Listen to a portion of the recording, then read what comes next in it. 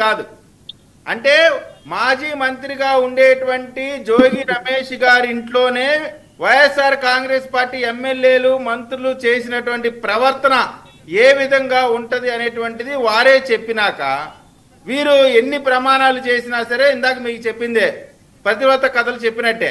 కాబట్టి ఇక్కడ ఇంకొకటి నిజంగా ఇందులో ఏ నేరం చేశాడు ఏంటి అనేది ఒట్టేసినంత మాత్రాన చేసిన తప్పు లేదా రాబోయే కేసులు అరెస్టులకి నుంచి తప్పించుకోగలుగుతాం అనేటువంటి ఆశ లేదు. కాబట్టి ఖచ్చితంగా నేను ఈ కేసులో ఇరుక్కుంటాను కాబట్టి ప్రజల దృష్టి మళ్లించాలా, దీన్ని రాజకీయంగా ఉపయోగించుకోవాలా, ఇది కేవలం రాజకీయ కక్షలో భాగంగా నా పైన కేసులు పెట్టారు, అరెస్ట్ చేశారు అనేటువంటి సింపతిని పెట్టుకొని తద్వారా రాబోయే రోజుల్లో రాజకీయంగా నిలబడాలి. ఎందుకంటే మద్యం అనేటువంటిది కల్తీ మద్యం అనేటువంటి దానిపైన ప్రజల్లో తీవ్రమైనటువంటి వ్యతిరేకత ఉండేటువంటి పరిస్థితి ఉంది.